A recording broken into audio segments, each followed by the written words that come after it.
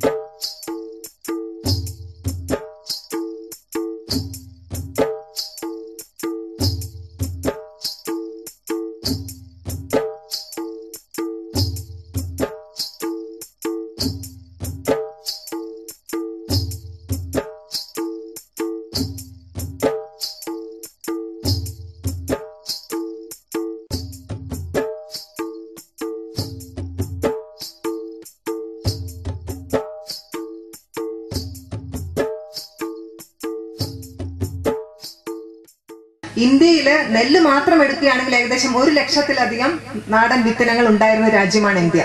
ഇന്ന് അത് ഏകദേശം 30,000 കുറഞ്ഞു കഴിഞ്ഞു. ആ 30,000 തന്നെ കർഷകരുടെ കയ്യിലില്ല. നമ്മുടെ ദേശീയ ഒരു ജീൻ ബാങ്ക് ഉണ്ട്, അതിനകത്ത് സൂക്ഷിച്ചിരിക്കുകയാണ്. അപ്പൊ കർഷകരുടെ കയ്യിലുള്ള വിത്തനങ്ങൾ നോക്കുകയാണെങ്കിൽ ഒരു പക്ഷേ ഒരു 10,000 മറ്റോ കാണും കർഷകർ കൃഷി ചെയ്തുകൊണ്ടിരിക്കുന്നത് ഇന്ത്യയിൽ മൊത്തം. അപ്പൊ വിത്തിന്റെ നിയന്ത്രണം നമ്മുടെ കർഷകരുടെ കയ്യിൽ തന്നെ ആയിരിക്കണം എന്നുള്ളതാണ് നമ്മൾ തണലാണെങ്കിലും അതുപോലെ ഒരുപാട് സംഘടനകൾ, ഒരുപാട് ശാസ്ത്രജ്ഞരെ, ഒരുപാട് സാമൂഹ്യ പ്രവർത്തകർ ഇന്ന് ആവശ്യപ്പെട്ടുകൊണ്ടിരിക്കുന്നതും അതിനു വേണ്ടിയിട്ട് ഒരു ബില്ല് തന്നെ ഇന്ന് ദേശീയ തലത്തിൽ ചർച്ച ചെയ്യപ്പെട്ടുകൊണ്ടിരിക്കുകയാണ്, സീഡ് ബിൽ.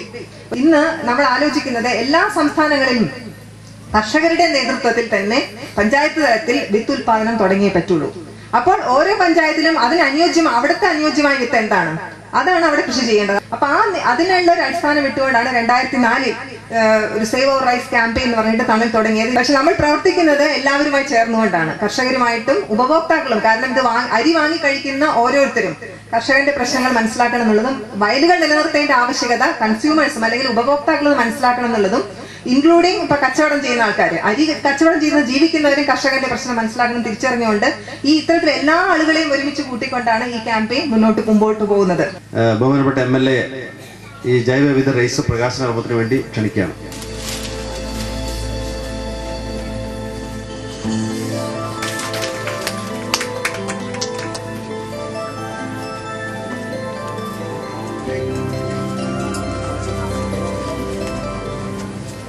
പ്രകൃതിയെ സംരക്ഷിക്കണമെങ്കിൽ നെൽകൃഷി അല്ലാതെ മാർഗമില്ല.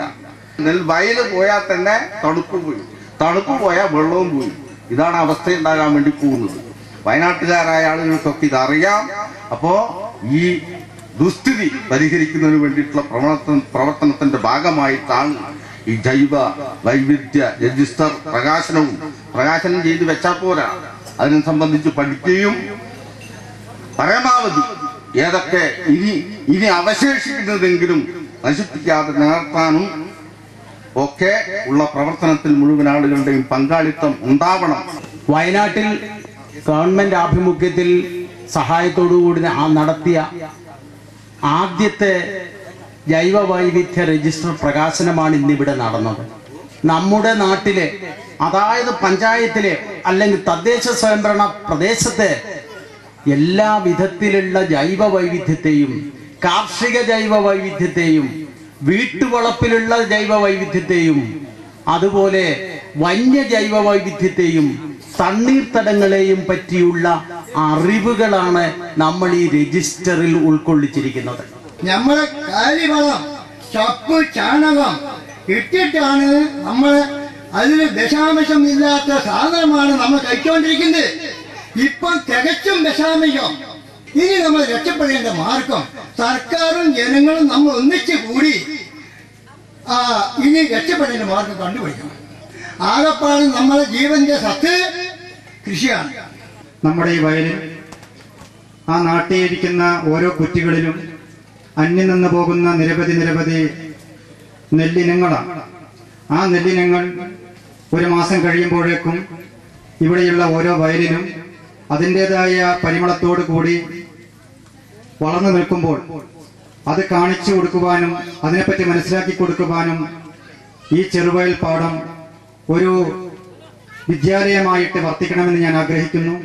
കഴിഞ്ഞ ഏപ്രിൽ മാസത്തോടുകൂടി പൈതൃക വിത്ത് സംരക്ഷണ കൂട്ടായ്മ ഉണ്ടാക്കുകയും അതിൽ 160ഓളം കർഷകർ, വയനാടിന്റെ വിവിധ ഭാഗത്തുള്ള 163ഓളം കർഷകർ പേര് രജിസ്റ്റർ ചെയ്യുകയും 24 തരം പാരമ്പര്യ വിത്തുകൾ അവരുടെ വയലിൽ കൃഷി ചെയ്ത് വിത്ത് സംരക്ഷിക്കുകയും ആവശ്യമുള്ള മുഴുവൻ ആളുകൾക്കും ആവശ്യപ്പെടുന്ന അത്രയും വിത്ത് കൊടുക്കാവുന്ന തരത്തിലേക്ക് അതിന്റെ പ്രവർത്തനങ്ങൾ മുന്നോട്ട് നീങ്ങിക്കൊണ്ടിരിക്കുകയാണ്. എല്ലാ മാസവും അവർ ഒത്തുചേരുകയും ആ ഓരോ ഘട്ടത്തിലും വേണ്ട കൃത്യമായിട്ടുള്ള നിർദ്ദേശങ്ങളും അഭിപ്രായങ്ങളും അതിനു വേണ്ടിയിട്ടുള്ള പലതരം സഹായങ്ങളും ചെയ്തുകൊണ്ടിരിക്കുകയാണ്.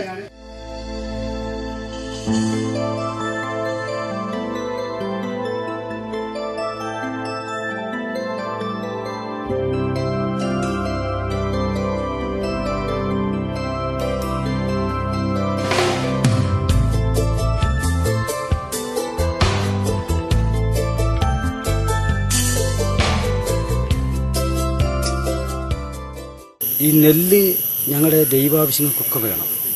അപ്പോൾ ദൈവാവശ്യങ്ങൾക്ക് നെല്ലെടുക്കുമ്പോൾ ഈ വിളനാട്ടി അതിൽ അർപ്പിതമാണ്. ചെന്നൽ, വെളിയൻ, ഇങ്ങനെയുള്ള ചോമാല, ഇങ്ങനെയുള്ള നെല്ലുകളാണ് ഈ വിളനാട്ടിൽ വേണ്ടത്.